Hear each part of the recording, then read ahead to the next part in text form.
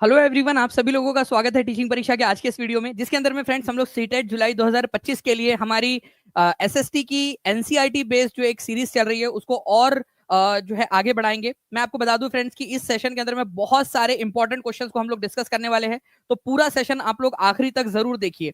तो चलिए जल्दी से शुरू करते हैं बिना किसी देरी के। और जितने भी बच्चे जिन्होंने जो है फ्रेंड्स यहाँ पर मैं सेशन को लाइक कर दिया, उन सभी लोगों का बहुत बहुत शुक्रिया। जैसे कि मैं देख पा रहा हूँ बहुत सारे बच्चे जिन्होंने सेशन को ऑलरेडी लाइक कर दिया है। ठीक है, तो जल्दी जल्दी से जो है फ्रेंड्स हाथ भी ऊपर कर देंगे जितने भी बच्चे जिन्होंने सेशन को लाइक कर दिया है। ये पूरा सेशन आप लोगों को समर्पित, जहां भी शेयर कर सकते हो, टेलीग्राम, फेसबुक, व्हाट्सएप, इंस्टाग्राम, हर एक जगह पे जल्दी जल्दी से शेयर कर देंगे आप सभी के सभी, ताकि फ्रेंड्स इसी तरीके के बहुत सारे क्वेश्चंस जो है हम लोग आप लोगों के लिए लेकर आते रहे। ठीक है, जिन लोगों ने शेयर कर दिया वो लोग भी हाथ ऊपर कर देंगे कि जी सर शेयर डन। चलिए बहुत बढ़िया नीतू उपाध्याय, बहुत बहुत शुक्रिया। आगे बढ़ते हम लोग फ्रेंड्स। यहाँ पर मैं अगर मैं बात करूं आप लोगों से, पहला क्वेश्चन आपका, ठीक है, ये एनसीईआरटी बेस्ड है और डीटीपीएसबी में भी पूछा गया। तो आप लोग देखिए कि आपका जो क्वेश्चन जो आप लोगों को मैं पढ़ा रहा हूँ ये एनसीईआरटी बेस्ड है, सीटेट में भी पूछा जाएगा और आपको आगे में भी काम आएगा। तो इजराइल के तैराक, ठीक है, इजराइल के अंदर में तैराक मृत सागर के अंदर में पानी में कैसे तैर सकते हैं। ठीक है, मान लीजिए कि किसी को तैरना नहीं आता, फिर भी वो मृत सागर अगर डेड सी के अंदर में जाता है तो तैरता रहेगा। ठीक है, तो due to lack of salinity, क्योंकि उसके अंदर में लवणता की कमी है। ये बिल्कुल गलत है, क्योंकि आप लोगों को पता है फ्रेंड्स कि डेड सी जो मृत सागर है इसके अंदर में सैलिनिटी ज्यादा है, जो पानी में नमक होता है ना वो बहुत ज्यादा है। ठीक है, due to presence of calcium, नहीं कैल्शियम की वजह से नहीं, पोटेशियम की वजह से भी नहीं। ठीक है, इंक्रीज अमाउंट ऑफ सॉल्ट, उसके अंदर में नमक बहुत ज्यादा है, इस वजह से जो है फ्रेंड्स ये क्या होता है आप लोगों का। ठीक है, ये इसके अंदर में कोई भी व्यक्ति तैर सकता है। आप में से कितने लोगों को तैरना आता है और कितने लोग हैं जिनको तैरना नहीं आता, बता दीजिए आप लोग। तो आप अगर जिन भी लोग हैं जिनको तैरना नहीं आता वो लोग भी इसके अंदर में तैर सकते हैं, क्योंकि इसके अंदर में कोई डूबेगा ही नहीं। ठीक है, इतना ज्यादा जो है इसके अंदर में लवणता है आप लोगों की। ठीक है, चलिए, तो इसको प्लीज याद रख लीजिएगा आप लोग। सबसे खारे पानी के निकाय के रूप में भी इसको जाना जाता है। इसमें लवणता या सॉल्ट इतना ज्यादा है कि इसके अंदर में डूबता नहीं कोई भी। मैं आपको बता दूं फ्रेंड्स कि हर एक हजार जो है, अगर हम ग्राम ले ले इसमें से, तो 340 ग्राम उसमें नमक मिलेगा। अगर 1000 ग्राम पानी आप निकालो, ठीक है, तो 340 ग्राम तो नमक ही मिलेगा आप लोगों को उसमें। इतना नमक है उसमें। ठीक है, चाहे आपके टूथपेस्ट में नमक हो ना हो, ठीक है, डेड सी में बहुत नमक है। नेक्स्ट क्वेश्चन देखिए फ्रेंड्स आप लोगों का, ये दिया हुआ है आप लोगों का कि the author of tawarikh during Delhi Sultanate advise to preserve an ideal social order based on birth right and gender distinction. Delhi Saltanat जब थी हमारे भारत के अंदर में, आज से करीब 800 साल पहले, ठीक है, उस दौरान तवारीख, तवारीख मतलब इतिहास, तवारीख जो है वो फारसी भाषा का शब्द है, तारीख से निकला है। ठीक है, तारीख मतलब आज का इतिहास और तवारीख मतलब एक से ज्यादा दिनों का इतिहास। तवारीख के जो लेखक थे वो जन्म सिद्ध अधिकार और लिंग भेद के ऊपर में आधारित जो समाज थी उनको संरक्षित रखने की सलाह देते थे राजा को, कि भाई हमें जो है एक ऐसा समाज बनाना चाहिए जहां पर में जन्म सिद्ध, जन्म से ही जो राजा का बेटा है वही राजा हो, जो मंत्री का बेटा है वो मंत्री हो, लिंग भेद और वो भी बेटा हो, लड़की नहीं। तो ऐसे समाज के ये लोग बात करते थे, ये बिल्कुल सही है। हमें ये पता चलता है कि उस समय के तवारीख के लेखक जो है ये लिंग भेद और जन्म सिद्ध अधिकार जैसी बातें किया करते थे। Their ideas were shared by everybody, उनके आइडियाज से हर कोई सहमत था। अब मुझे आप बताओ, आज हमारे देश के प्रधानमंत्री कौन है। ठीक है, कौन है प्रधानमंत्री, क्या उनसे हर कोई सहमत है, पूरे देश की जनता। ठीक है, बहुत सारे लोग होंगे, बहुत सारे लोग नहीं होंगे। हमारे देश के पहले प्रधानमंत्री पंडित जवाहरलाल नेहरू, क्या उनसे हर कोई सहमत था। ठीक है, या हर कोई असहमत था। ऐसा कभी नहीं होता कि एवरीबडी जो है वो उन्हीं आइडियाज को शेयर करेंगे या उन्हीं आइडिया से सहमत होंगे। तो यहाँ पर मैं जो है एवरीबडी बोलकर कि हर कोई व्यक्ति, अगर मान लो उस समय में भारत की जनसंख्या 20 करोड़ होंगी, तो 20 करोड़ के 20 करोड़ लोग जो है वो उनके इनकी बातों से सहमत है। कुछ लोग ऐसे भी होंगे जो इनकी बातों से सहमत नहीं होंगे। ठीक है, तो ये वाला पॉइंट आप लोगों का गलत है, बी गलत है। अब देखो यहाँ पर मैं जहां जहां बी को सही बोला है उसको काटो, ये एक्चुअल क्वेश्चन एग्जाम में आया हुआ है। बी को ट्रू बोला है, काट दो। बी को ट्रू बोला है, काट दो। ठीक है, यहाँ पर मैं भी देखिए, यहाँ पर मैं आप देखोगे बी को जो है वो ट्रू बोला है। ठीक है, डी को काट दो। तो आंसर क्या हो जाएगा आप लोगों का, सिंपल सा ए जो है आपका, ऑप्शन नंबर सी के अलावा कुछ आंसर हो ही नहीं सकता। A is true, B is false. कितने लोगों को ये पॉइंट समझ में आ गया, ऑप्शन एलिमिनेशन की मेथड से उन्होंने सॉल्व कर लिया। कितने लोग हैं आप लोगों में से, कितने लोगों ने सॉल्व कर लिया है, बता दीजिए जल्दी जल्दी से। ठीक है, तो ऐसे आप लोगों ने याद रखना था फ्रेंड्स, इस तरीके से भी क्वेश्चन आते हैं और ये एक्चुअल क्वेश्चन एग्जाम में आया हुआ।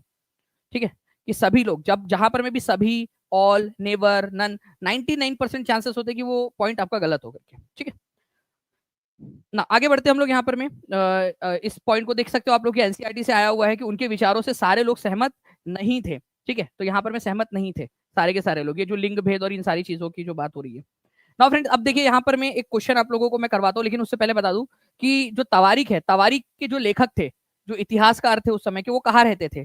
लेखक नगरों में, विशेषकर दिल्ली में रहते थे। और गांव में रहते थे क्या वो लोग? शायद ही कभी गांव में जाते होंगे, हार्डली कभी गांव में जाते होंगे, अदरवाइज वो लोग शहरों में ही रहते थे। ठीक है, तवारीख के जो लेखक थे वो सिटीज में रहा करते थे। अच्छा, वो क्यों लिखते थे तारीख या तवारीख, इतिहास क्यों लिखते थे वो लोग?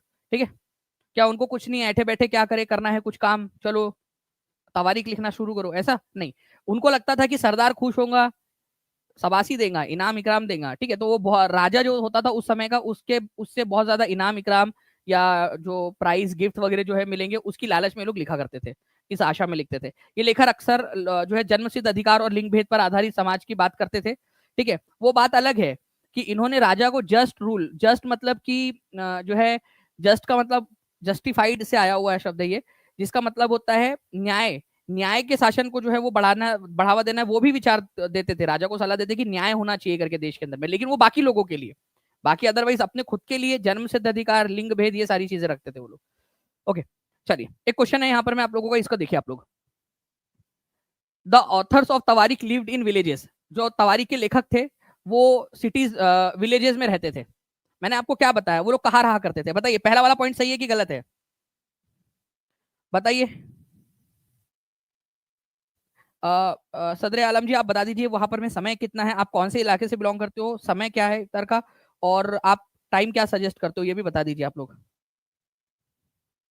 ओके, तो देखिए यहाँ पर में अगर हम लोग बात करेंगे, author of tawarikh lived in villages, नहीं, विलेजेस में नहीं रहते थे, कहाँ रहते थे आप लोग बता देंगे। तो ए गलत है, जहां जहां ए को सही बोला है उसको काट दो, पहली बात तो ए को करेक्ट बोला है काट दो। ठीक है, ए को करेक्ट बोला है काट दो, ऑप्शन एलिमिनेशन की टीचिंग परीक्षा की निंजा टेक्निक। ठीक है, तो यहाँ पर में भी ए को करेक्ट बोला है, काट दो भाई, काट दो। ये क्या हो रखा है इसके अंदर में, मतलब कि सिर्फ एक पॉइंट पढ़ा और आंसर आ गया, सिर्फ एक पॉइंट पढ़ा और आंसर आ गया। ठीक है, अगर ऐसे आप लोगों ने एग्जाम के अंदर में भी क्लियर करना है ना, तो टीचिंग परीक्षा के साथ में जुड़े रहिए आप लोग। टीचिंग परीक्षा ही आप लोगों को ये सारी की सारी टेक्निक सारी सिखा सकता है। D is the correct answer.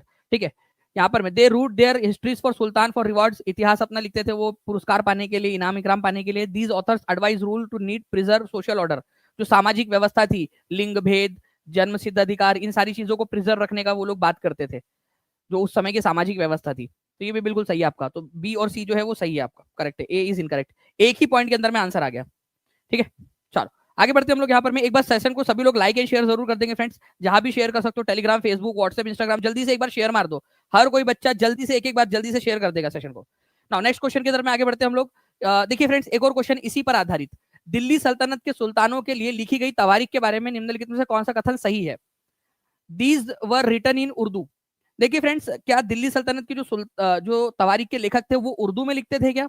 हाँ या ना में जवाब दीजिए, क्योंकि उर्दू जो है उस समय की ऐसा बोला गया है कि प्रशासन की भाषा थी। दिल्ली सल्तनत के समय में प्रशासन की जो भाषा थी वो उर्दू नहीं थी, वो फारसी थी। ठीक है, फारसी। आप लोगों ने वो कहावत सुनी है एक, हाथ कंगन को आरसी क्या, पढ़े लिखे को फारसी क्या? तो ये कहावत वही से आई है कि जो पढ़ा लिखा होता था उसको फारसी तो आती ही होंगी, क्योंकि उस समय में, आज हमारे भारत के अंदर में एक समय था जब फारसी का बोलबाला था। ठीक है, तो उर्दू में नहीं, फारसी भाषा में, जिसको आप लोग इंग्लिश में पर्शियन बोलते हो, ठीक है, पर्शियन भाषा में लिखते थे। तो पहला वाला गलत है। Tawarikh were written by those who hardly ever resided in city, तवारीख उन लोगों के द्वारा लिखी गई जो शायद ही कभी शहरों में रहते थे। शायद ही कभी शहरों में रहते थे या शहरों में ही रहते थे ज्यादातर समय? शायद ही कभी शहरों में रहते थे, हार्डली रिसाइड इन सिटीज। ठीक है, देश राज यादव जी बहुत बहुत शुक्रिया आपके प्यारे से कमेंट के लिए। ठीक है, तो ये याद रखना फ्रेंड्स, शायद ही शहरों में नहीं, वो शहरों में ही रहते थे, शायद ही कभी गांव में रहते थे, ऐसा होना चाहिए था। The authors of tawarikh advise ruler on the need for good governance and just rule. देखो, उन्होंने अच्छे शासन के और जस्ट रूल के ऊपर में तो उन्होंने सलाह दी थी, ये बात तो सही है। Tawarikh were not written by authors to get rich rewards from the sultan, तवारीख लेखकों ने सुल्तान से भरपूर पुरस्कार पाने के लिए नहीं लिखा था। हाँ, वो लोग तो बहुत एकदम दूध के धुले हुए थे ना, कि कुछ नहीं चाहिए उन लोगों को, बस ऐसी खाली पीली बैठे थे तो लिख दिया, भाई नहीं राजा इनाम दे रहा तो मत दो राजा साहब मत दो, मैंने तो ऐसे अपने मन से लिखा हुआ है। ऐसा थोड़ी था भाई, वो इनाम इकराम पाने के लिए लिखते थे कि भाई मिलेगा, अशरफिया मिलेंगी, ये मिलेगा, अदरक लहसन प्याज मिलेगा। ठीक है, तो ये आप लोगों का ये गलत है। ठीक है, वो इनाम इकराम पाने के लिए लिखते थे, यहाँ नॉट बोलकर गलत कर दिया है, तो C is the correct answer. कितने लोगों का समझ में आ गया? 70% लोगों ने सही आंसर दिया है। और ये 70% लोगों में कौन है, जल्दी से हाथ भी ऊपर कर देंगे एक बार। ठीक है, और कितने लोग जो है अब नेक्स्ट टाइम से ध्यान रखेंगे, कौन सी भाषा थी दिल्ली सल्तनत की जो है प्रशासनिक भाषा कौन सी थी? एक नंबर यहाँ पर मैं आपका एक्स्ट्रा बन गया, जल्दी से लिखिए कौन सी भाषा थी दिल्ली सल्तनत की, प्रशासनिक भाषा कौन सी थी, कमेंट करके आंसर करेंगे आप लोग। उसके बाद में ठीक है, दिल्ली सल्तनत के समय में तवारीख के जो लेखक है वो कहाँ रहते थे, गांव में या शहरों में, कमेंट करके जल्दी से बताइए मेरे को आप लोग। ठीक है, इसके अलावा आप लोगों को बताना है फ्रेंड्स की जो तवारीख है ये कौन सी भाषा का शब्द है, ये भी क्वेश्चन बन सकता है आप लोगों से। ठीक है, नाउ नेक्स्ट क्वेश्चन आप लोगों का देखिए जुलाई 2019 का एग्जाम में आया हुआ क्वेश्चन है फ्रेंड्स, और इस तरीके के क्वेश्चन आ रहे हैं जहां पर में बड़े बड़े स्टेटमेंट आपको दिए जा रहे हैं। आप देखिए चार चार स्टेटमेंट है, उसमें से आपको बताना है कि कौन सा वाला सही है। गैरिसन शहर क्या है, गैरिसन शहर, देखिए गैरिसन शहर या गैरिसन टाउन का मतलब होता है एक ऐसा नगर, ठीक है, जो चारों तरफ से फोर्टिफाइड है। फोर्टिफाइड का मतलब होता है किलेबंद, ठीक है, और जिसके अंदर में सैनिक रहते हो। ठीक है, एक फोर्टिफाइड सेटलमेंट, एक किलेबंद, एक दृढ़ जो है बस्ती, किलेबंद बस्ती जहां पर में सैनिक रहते हो, सैनिक उसकी रक्षा भी करते हो, सैनिक उसमें रहते भी है, तो उसको गैरिसन टाउन बोला जाता था। तो दिल्ली एक समय में गैरिसन शहर जैसा बन गया था।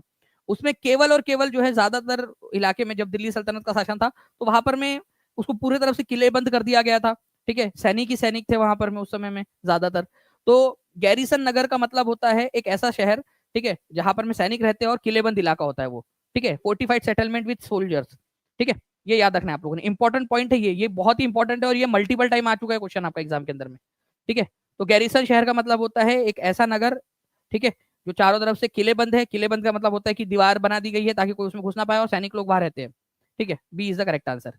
ठीक है, नाउ तो फोर्टिफाइड सेटलमेंट विद सोल्जर्स, ठीक है, रक्षक सैनिकों की टुकड़ी जहां पर में रहती है, और किलेबंद है वो नगर, इस तरीके से सैनिक उसकी रक्षा कर रहे होते हैं उस नगर की, उसको बोला जाता है। ठीक है,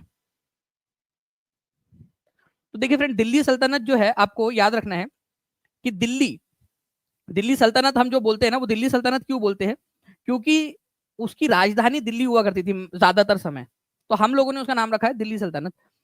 वैसे देखा जाए तो दिल्ली सल्तनत स्थापित होने के भी पहले दिल्ली, दिल्ली सबसे पहले राजधानी किसके समय में बनी थी ये क्वेश्चन आ सकता है।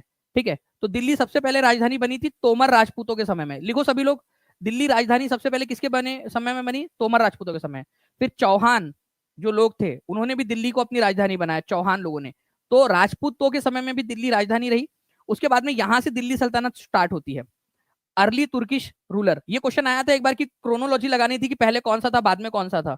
ठीक है, तो पहले अर्ली तुर्किश रूलर जिसको गुलाम वंश भी कहा जाता है, ठीक है, गुलाम वंश या स्लेव डायनेस्टी बोलते हैं इसको।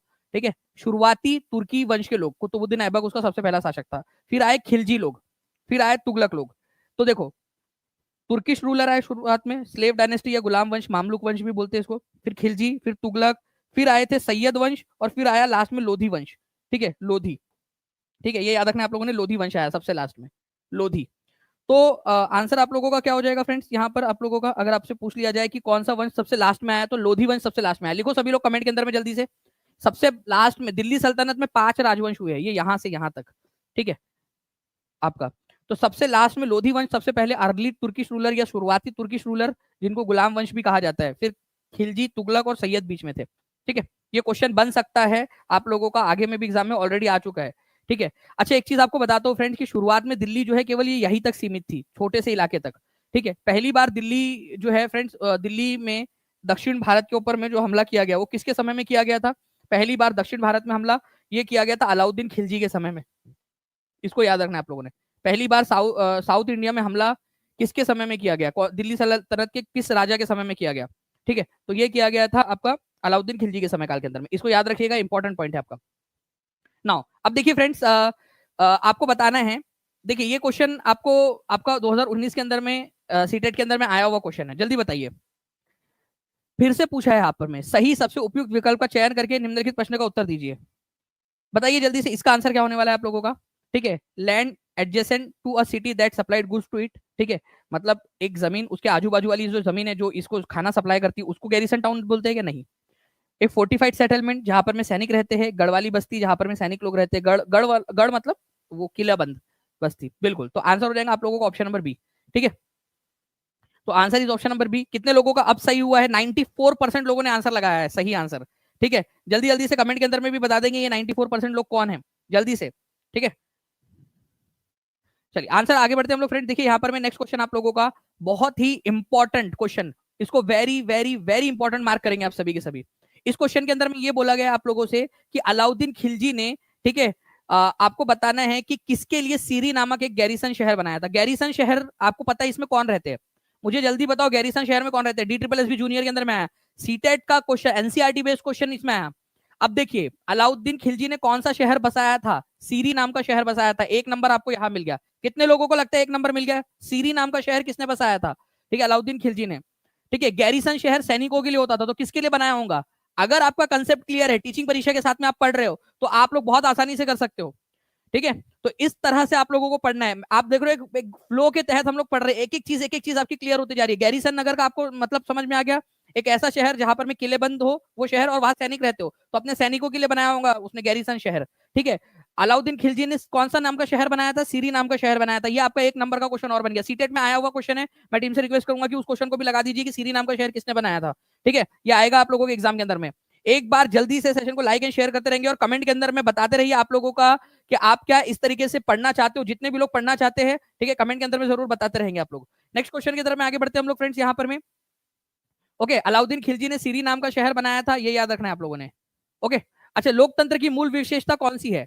एक लोकतांत्रिक देश में आप जिस देश में रहते हो, क्या वो देश लोकतांत्रिक है? जिस देश में हम लोग रहते हैं, डेमोक्रेटिक कंट्री है ये? बिल्कुल। डेमोक्रेसी में क्या होता है कि हर किसी को इक्वेलिटी मिलती है, समानता के साथ में देखा जाता है हर किसी को। जैसे डेमोक्रेसी के अंदर में आपको पता है कि जनता अपने प्रतिनिधियों को चुनती है, तो जितना वोट देने का जो अधिकार है वो सबको समान रूप से है, चाहे अंबानी हो चाहे बंबानी हो। ठीक है, सबको एक ही वोट रहेगा, सबके पास में एक वोट की वैल्यू एक ही रहेगी। ओके, तो इक्वेलिटी जो है फ्रेंड्स, ये याद रखना है आप लोगों ने। एक सबसे इंपॉर्टेंट विशेषता है लोकतंत्र की, इक्वेलिटी, समानता। असमानता कैसे हो सकती है? ठीक है, तो आंसर आप लोगों का होगा ऑप्शन नंबर सी। ठीक है, तो देखिए यहाँ पर में बच्चे बहुत बढ़िया तरीके से पढ़ रहे हैं। 95% बच्चों का सही आंसर आया, मतलब ये बच्चे जो है ये टॉप करने वाले बच्चे हैं यहाँ पर में। तो आप सभी लोग अच्छे से जुड़े रहिए। संगत का असर होता है बोलते हैं ना, तो आप देखिए यहाँ पर में संगत 93, 95, 94, 96 ऐसे परसेंट बच्चे जो है आंसर कर रहे हैं सही आंसर। आगे बढ़ते हैं हम लोग फ्रेंड्स हमारे नेक्स्ट क्वेश्चन की तरफ में। देखिए, जैविक खेती का मतलब क्या होता है? ऑर्गेनिक फार्मिंग का मतलब। इंपॉर्टेंट क्वेश्चन है ये भी आपका। ठीक है, ये ज्योग्राफी में दिया हुआ है आपका, एनसीईआरटी ज्योग्राफी का, भूगोल का क्वेश्चन है। जैविक खेती का मतलब क्या होता है? देखिए, जैविक खेती का मतलब जो है फ्रेंड्स, मैं आपको बता दूं, एक ऐसी खेती होती है आप लोगों की जिसके अंदर में आप कोई भी आर्टिफिशियल, ठीक है, गैर प्राकृतिक या कृत्रिम चीज का इस्तेमाल नहीं करोगे। आप सारे प्राकृतिक चीजों का ही इस्तेमाल करोगे। तो केमिकल का इस्तेमाल तो नहीं करना है इसके अंदर में, क्योंकि जैविक खेती है, ऑर्गेनिक प्राकृतिक चीजों का इस्तेमाल करेंगे। ठीक है, आपका सिर्फ जो है आपका जेनेटिक मॉडिफिकेशन इज डन। जो जेनेटिक मॉडिफिकेशन का मतलब होता है कि जो बीज होते हैं ना, उसके जीन्स के अंदर में आप ऐसे जीन्स डाल देते हो जिससे पैदावार बढ़ जाए। अब आप बताओ वो नेचुरल होगा क्या? आपने जेनेटिक मॉडिफिकेशन कर दिया, अनुवांशिक संशोधन कर दिया उसके अंदर में। जब आपने अनुवांशिक संशोधन कर दिया तो वो जैविक कहाँ बचा? वो तो आपने कृत्रिम रूप से किया है ताकि पैदावार बढ़ जाए, उसकी फसल बढ़ जाए, तो वो खराब होता है सेहत के लिए, तो वो भी गलत है। ठीक है, केवल भारत में कॉटन की जो है अलाउड है जैविक खेती करना? नहीं भाई, जैविक खेती आप किसी की भी चीज की भी कर सकते हो। आपको जो उगाना है, आलू टमाटर टिंडे जो उगाना है आप अपने घर में उगाओ जैविक रूप से, और कोई मना थोड़ी करेगा कि भाई आपको जेल में डाल देंगे। Only cotton? क्या ये झंडू माम क्वेश्चन था एकदम। ठीक है, कि ओनली कॉटन? भाई कॉटन की क्यों? ऑर्गेनिक आप अपने घर में अपने बरामदे में खेती कर रहे हो, कोई रोकेंगे आपको? आप में से बताइए कोई है यहाँ पर में जो अपने घर में खेती करता है, छोटी मोटी कुछ उगाता है? ठीक है, कुछ ना कुछ तो उगाया होगा कभी ना कभी आप लोगों ने। ठीक है, करेले उगाए होंगे या कुछ भी उगाया होगा। तो नेचुरल मैन्योर्स, ठीक है, प्राकृतिक खाद का इस्तेमाल किया जाता है और प्राकृतिक कीटनाशक का इस्तेमाल किया जाता है, कोई केमिकल का इस्तेमाल इसमें नहीं किया जाता। इसको बोलते हैं ऑर्गेनिक खेती या जैविक खेती आप लोगों की। एक बार शेयर कर दो यार जल्दी जल्दी से, आप सभी के सभी जहां भी शेयर कर सकते हो, ताकि इसी तरीके से हम लोग और भी बहुत सारे क्वेश्चन को सॉल्व कर सके। ठीक है, चलिए नेक्स्ट क्वेश्चन की तरफ में आगे बढ़ते हैं। सी इज द करेक्ट आंसर। तो आप देख सकते हो एनसीईआरटी में दिया हुआ है रोचक तथ्य। मैं आपको बता दूं फ्रेंड्स की टीचिंग परीक्षा के कोर्स के अंदर में जितने भी बच्चे जुड़े उन लोगों को एनसीईआरटी डू यू नोज आप लोगों को प्रोवाइड किया गया है। ठीक है, जिसके तहत आप लोग को ये इस तरीके से जो इंटरेस्टिंग फैक्ट्स है वो सारे के सारे आप लोगों को मिल जाएंगे वहां पर में, ताकि आप एग्जाम में और अच्छा परफॉर्म कर सके। जैविक कृषि एक ऐसी प्रकार की कृषि है जिसमें रासायनिक खादों का इस्तेमाल नहीं होता, जैविक खाद और प्राकृतिक कीटनाशक का इस्तेमाल होता है उसके अंदर में। ठीक है, इसमें फसलों का उत्पादन बढ़ाने के लिए कोई आनुवंशिक रूपांतरण भी नहीं किया जाता, कोई जेनेटिक मॉडिफिकेशन नहीं किया जा सकता, नहीं किया जाता, केवल और केवल प्राकृतिक चीजों का इस्तेमाल होता है। अच्छा चलिए, गौतम बुद्ध ने कहा था कि इच्छाओं और लालसाओं की प्यास को इस प्रकार वर्णित कर सकते हैं, thirst of desire and craving. आपके अंदर में कोई डिजायर है, कोई क्रेविंग है आपके अंदर में कि एक बड़ा घर हो, फिर वो घर आपको मिल गया, फिर आपका क्या होगा? फिर आप जो है बोलोगे कि एक गाड़ी भी मिल जाए, फिर गाड़ी भी मिल गई, ठीक है। नौकरी मिल जाए, नौकरी भी मिल गई। छोकरी मिल मतलब शादी हो जाए आपकी, वो भी मिल गई आपको, ठीक है। तो आप क्या बोलोगे? ठीक है, अब मेरे को अब बड़ा घर चाहिए, ठीक है, अब बड़ी गाड़ी चाहिए, ठीक है, नौकरी बड़ी चाहिए या बिजनेस बड़ा हो जाए। वाइफ तीन चार नहीं बोलोगे आप, बोलोगे एक एक एक से भाई अभी समझ नहीं रही एक वो, ठीक है, वो एक ही बोलोगे, उधर में नहीं बढ़ रही आपकी, ठीक है। लेकिन जो इच्छा है और लालसा है जो कभी खत्म ही नहीं हो रही आप लोगों की, ठीक है, उसको गौतम बुद्ध ने क्या कहा है? तान्हा कहा है। एक ऐसी प्यास जो कभी खत्म ही नहीं होती आपकी, ठीक है। आपकी इच्छाएं और लालसा कभी खत्म नहीं होती, आपको उसके ऊपर में काबू पाना पड़ेगा, उसको मॉडरेट करना पड़ेगा अपने मन के अंदर में कि भाई ठीक है जो मिला है, ठीक है, ओके, जो मिला है बस उसमें खुश रहो, ठीक है, ना बहुत कम ना बहुत ज्यादा, मध्य मार्ग अपनाओ, ठीक है। तो तान्हा कहा है गौतम बुद्ध ने उस चीज को, ठीक है। तो निरंतर इच्छाएं और लालसाएं आपके अंदर में जो रहती है, ठीक है, जिससे आपको दुख होता है, क्योंकि जब आप मान लीजिए आपने देखा कि यार आपके दोस्त के पास में ज्यादा अच्छी कार है, ठीक है, तो आप दुखी होते हो। आपने देखा आपके दोस्त के पास में ज्यादा बड़ा बंगला है, आप दुखी होते हो। आपने देखा आपके दोस्त के पास में या किसी अपनी आपके पड़ोसी के पास में ज्यादा पैसा है, तो आप दुखी होते हो। आपने देखा कि आपके पड़ोसी के पास में ज्यादा अच्छी वाइफ, मतलब कुछ भी हो सकता है, ठीक है, दुखी होते हो, ठीक है।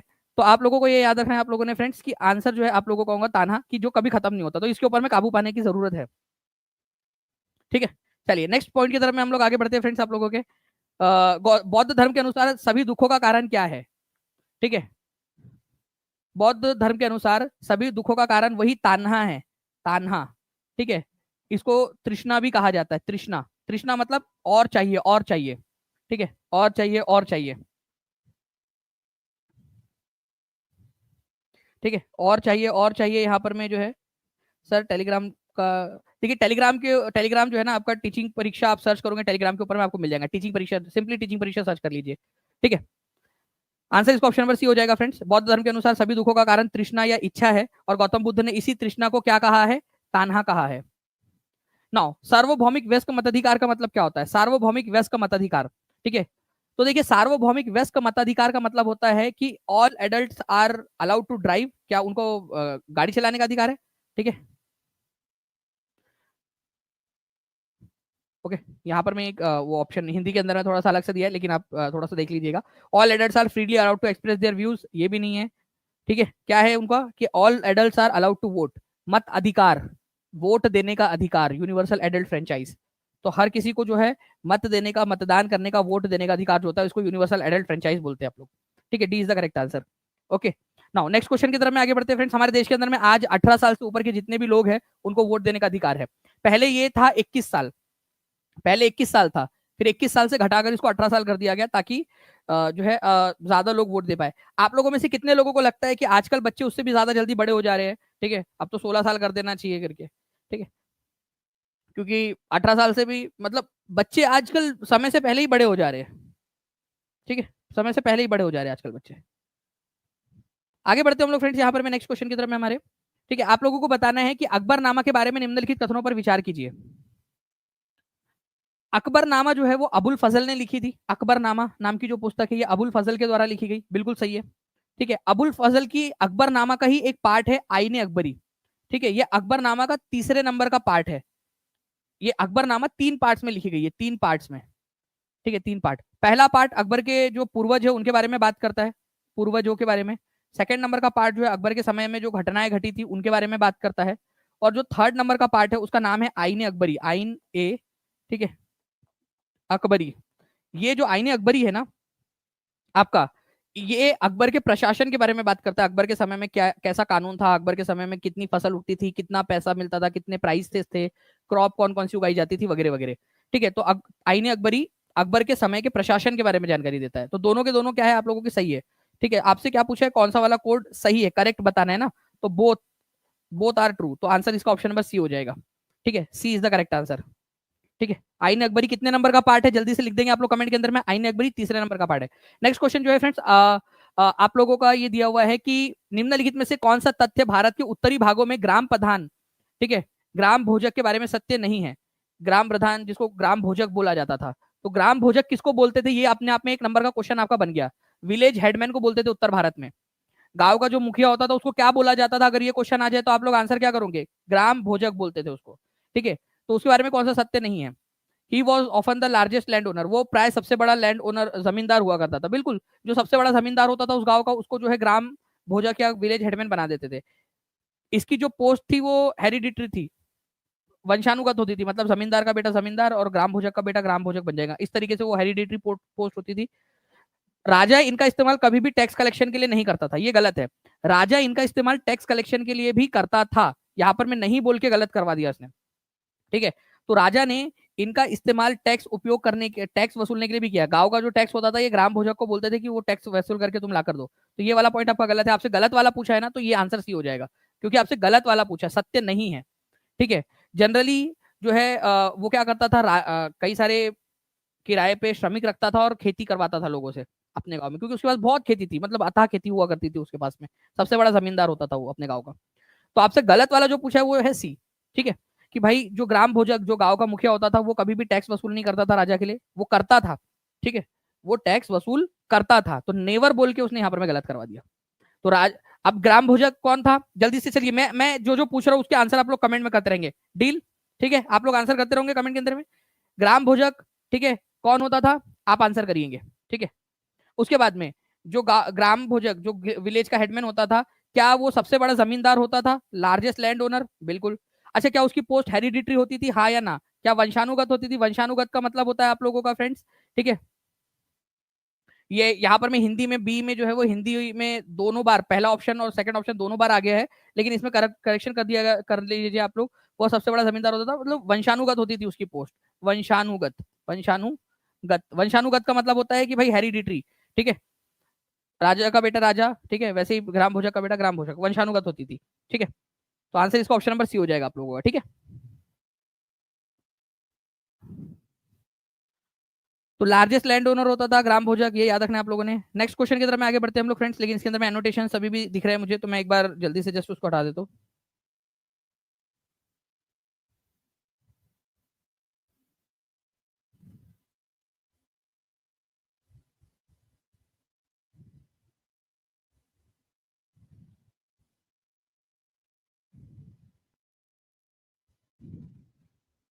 चलिए, नेक्स्ट क्वेश्चन आप लोगों का, आप लोगों के सामने ये रहा फ्रेंड्स, आप लोग इसका आंसर करिए अभी, ठीक है। आपको बताना है कि निम्नलिखित में से किसके माध्यम से सरकार ने समानता को लागू किया है।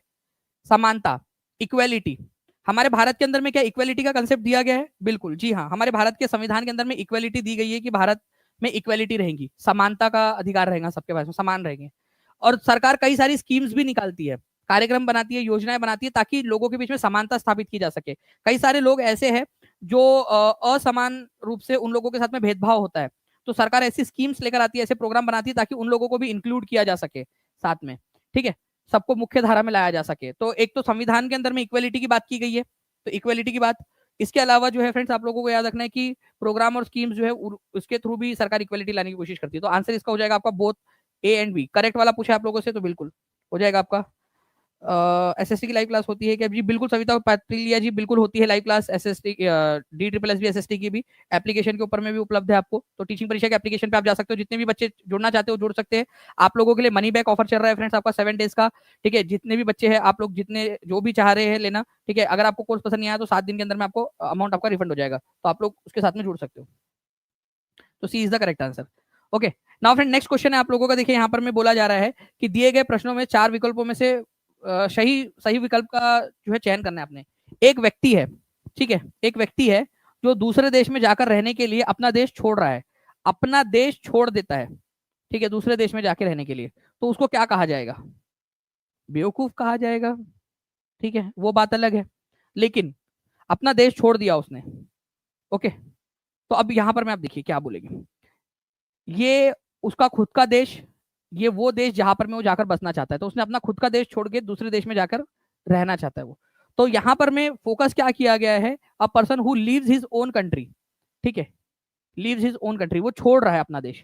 तो जो व्यक्ति छोड़ रहा है, ठीक है, ये राजू है, हमको छोड़कर जा रहा है, ठीक है, अमेरिका के अंदर में, वहां पर में वो जो है वो पंचर बनाने की दुकान खोलेगा वो, ठीक है, राजू अमेरिका में जाकर। तो ये अपना देश छोड़कर जा रहा है, तो हमारे लिए वो क्या हो गया, हमारे लिए वो हो गया एमिग्रेंट, एमिग्रेंट, ठीक है। और यहाँ पर में ये डोनाल्ड ट्रंप है जो उसका स्वागत करने के लिए खड़ा हुआ है, आइए पधारिए, ठीक है राजू जी हमारे देश में। तो राजू यहाँ पर में जा रहा है, तो ये इनके लिए क्या हो गया, वो इनके लिए हो गया इमिग्रेंट। इमिग्रेंट उनके लिए हो गए इमिग्रेंट, मतलब अमेरिका के लोगों के लिए वो हो गए इमिग्रेंट, बट हमारे लिए वो हुआ एमिग्रेंट। हमारे तरफ से तो जा रहा ना, हमारे तरफ से जा रहा है, ठीक है। तो तू बेटा हमको छोड़ के जा रहा है, तू हमारे लिए एमिग्रेंट है। और इधर में जो डोनाल्ड ट्रंप है जो तेरे को बुला रहा है, आजा आजा, या जिसके तरफ तू जा रहा है उसके लिए तू इमिग्रेंट है, ठीक है। ये फर्क है फ्रेंड्स, ये समझना है आप लोगों ने। तो ये एमिग्रेंट हो जाएगा, वो उत्प्रवासी, ठीक है। ये क्वेश्चन पूछा जाता है, मैंने बहुत ही आसान शब्दों में आपको समझाया। कई सारे बच्चे जो है समझ ही नहीं पाते इस पॉइंट को, एमिग्रेंट इमिग्रेंट क्या होता है। तो समझ गया आप लोगों के लिए, आप लोगों को यहाँ पर में हमारे लिए क्या होगा, ये एमिग्रेंट होगा, उत्प्रवासी। अच्छा मान लो कि कल जाके जो है वो ट्रंप जो है उसको मजा नहीं आ रहा अमेरिका में, ठीक है, बोल रहे यार बेकार लोग हैं अमेरिका के, ठीक है, राष्ट्रपति बनाया लेकिन सुन नहीं रहे, ठीक है, हटा दिया उसको राष्ट्रपति से। अब वो भारत आकर जो है चाय की दुकान खोलना चाहता है, ओके। तो अमेरिका के लोगों के लिए वो क्या हो जाएगा, वो छोड़ना चाहता है अमेरिका और भारत आके बसना चाहता है, भारत में वो चाय की दुकान खोलेगा आकर।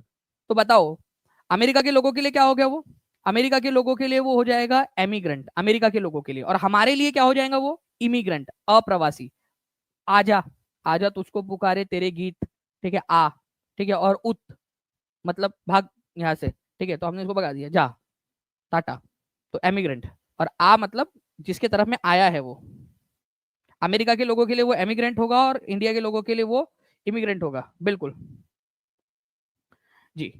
जी बिल्कुल, देखिए किसी लोग पूछ रहे हैं कि बिहार के अंदर में जो पुलिस कांस्टेबल की आई है भर्ती, जी बिल्कुल आप लोगों के लिए टीचिंग परीक्षा ने उसका कोर्स लॉन्च किया है, और जितने भी बच्चे बाहर के लोग भी उसको भर सकते हैं, ठीक है। तो जो लोग भी इंटरेस्टेड है वो लोग कर सकते हैं इसके अंदर में अप्लाई, टीचिंग परीक्षा ने उसको स्टार्ट भी कर दिया है, ठीक है।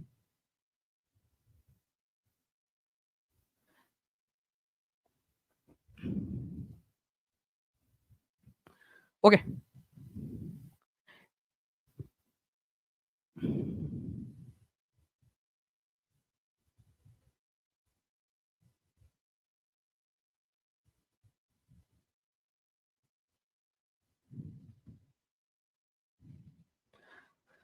तो आप लोगों को ये समझ में आएगा निम्नलिखित में से कौन सी फसल अच्छी जल निकासी वाली दोमट मिट्टी में सबसे अच्छी होती है, ठीक है। कौन सी क्रॉप है जो best well drained loamy soil के अंदर में अच्छे से होती है।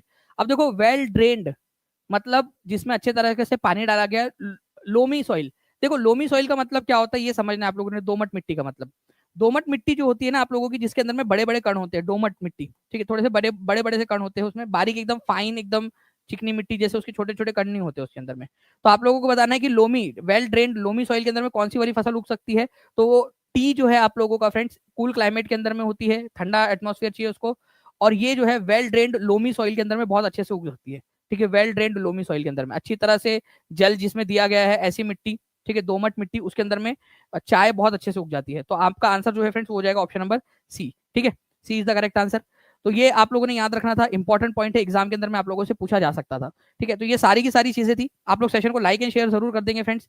और मिशन सीटेड बीपीएससी जी, आपको मैं बता दूं यहाँ पर में कि अगर मान लीजिए कि पूरा का पूरा कोर्स भी 1 रुपए का होता ना, तो आप भी बोलते कि बहुत ही गलत बात है, बहुत गलत बात है, ठीक है। तो वो हमेशा ही होने वाला है, ठीक है आपका। तो चलिए फ्रेंड्स हम लोग मिलते हैं हमारे नेक्स्ट जो है लेक्चर के अंदर में, ओके। और आप लोग अच्छे से करिए मेहनत अच्छे से, ठीक है, आगे बढ़िए। मिलते हैं हमारे नेक्स्ट क्लास में, तब तक के लिए थैंक यू वेरी मच। इसकी पीडीएफ जो है पेड क्लास के अंदर में अवेलेबल है आप लोगों की, ठीक है। आप लोग वहां जुड़ सकते हो टीचिंग परीक्षा के एप्लीकेशन के ऊपर में, टीचिंग परीक्षा के टेलीग्राम के ऊपर में भी आप लोगों के क्वेश्चन हम लोग डालते हैं, तो उसमें भी आप लोग जरूर जुड़ जाइएगा, और एप्लीकेशन जरूर कर लेंगे आप सभी के सभी, ओके। चलो thank you very much, take care and bye, God bless you all. कोई भी समस्या हो तो कोई भी जानकारी चाहिए हो तो नीचे में जो नंबर चल रहा है 7611101101 96978844, इस नंबर पे कॉल या व्हाट्सएप करके आप जानकारी ले सकते हो, ठीक है। Thank you friends, bye, thank you.